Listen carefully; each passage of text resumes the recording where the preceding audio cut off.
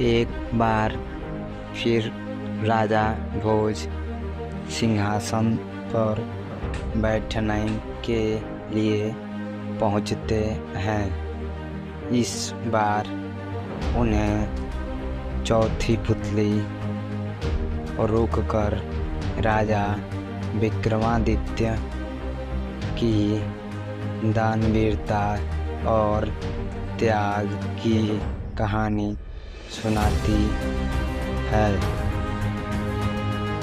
एक बार की बात है, राजा विक्रमादित्य से दरबार में मिलने के लिए कुछ लोग पहुँचे। तभी एक ब्राह्मण भी भागते हुए वहाँ आए और कहने लगे कि मुझे आपको कुछ ज़रूरी बात बतानी है। राजा ने पूछा, ऐसा क्या ज़रूरी है कि आप इतनी तेज़ी से भागते हुए आना पड़ा? जवाब में ब्राह्मण ने कहा कि मानसरोवर में अजीब सी घटना हो रही है। वहाँ सूरज उगने के साथ ही एक खंभा भी जमीन से निकलता है। यह खंभा सूरज की रोशनी के साथ ऊपर बढ़ता है। जैसे कि सूरज की किरणें तेजी से जाती हैं, वो खंभा सूरज को छू लेता है। जब धीरे धीरे सूरज की रोशनी कम होती है तो खंभा छोटा हो जाता है। फिर सूरज ने ढलते ही खंभा भी गायब हो जाता है। इन बातों को सुनने के बाद राजा विक्रमादित्य हैरान रह गए। उनके मन में सवाल आया कि आखिर ऐसी कौन सी चीज़ है जो सूरज को छू रही है। तभी ब्राह्मण ने बताया कि वह खंभा भगवान इंद्र का रूप है।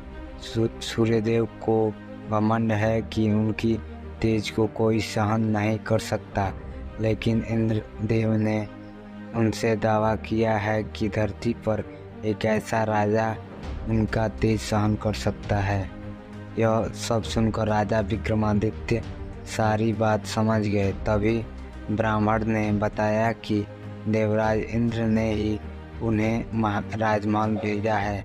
महाराज ने ब्राह्मण को ढेर सारी मुद्रा देकर महल से विदा किया। उनके जाते ही विक्रमादित्य ने अपने बैताल को बुलाया, मानसरोवर पहुंचने को कहा। वहां पहुंचते ही विक्रमादित्य खंभा निकलने वाली जमीन पर गए और सुबह होने का इंतजार करने लगे। सुबह सूरज के उगते ही खंभा भी निकल गया। राजा विक्रमादित्य ने जैसे ही खंभे को देखा वो उस पर चढ़ गए। धीरे धीरे सूरज की रोशनी बढ़ने लगी और खंभा भी ऊपर बढ़ता गया।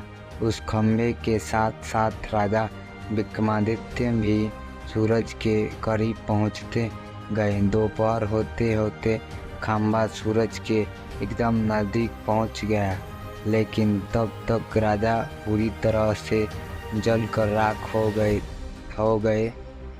जब सूर्य देवता ने खंभे पर जला हुआ मानव शरीर देखा तो वो समझ गया कि यह राजा विक्रमादित्य ही हैं। उन्होंने भगवान इंद्र के दावे को बिल्कुल सही पाया और तुरंत अमृत की कुछ बूंदें राजा के मुख में डालकर उन्हें जिंदा कर दिया।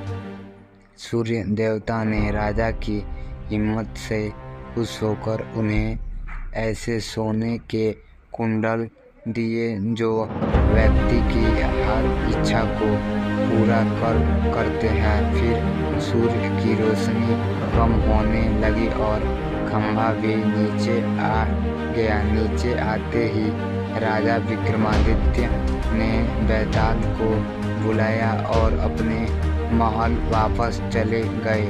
उसी दौरान उन्हें एक ब्राह्मण मिला जिसने राजा से कुछ दान करने को कहा। महाराज ने खुशी खुशी उस ब्राह्मण को सूर्य देव से मिले कुंडल दे दिए और बताया कि कुंडल उनकी सभी इच्छा को पूरी कर सकते हैं। इतना कहकर राजा अपने कमरे में चले गए। यह कहानी सुनाने के बाद चौथी पुतली सिंहासन से उड़ गई।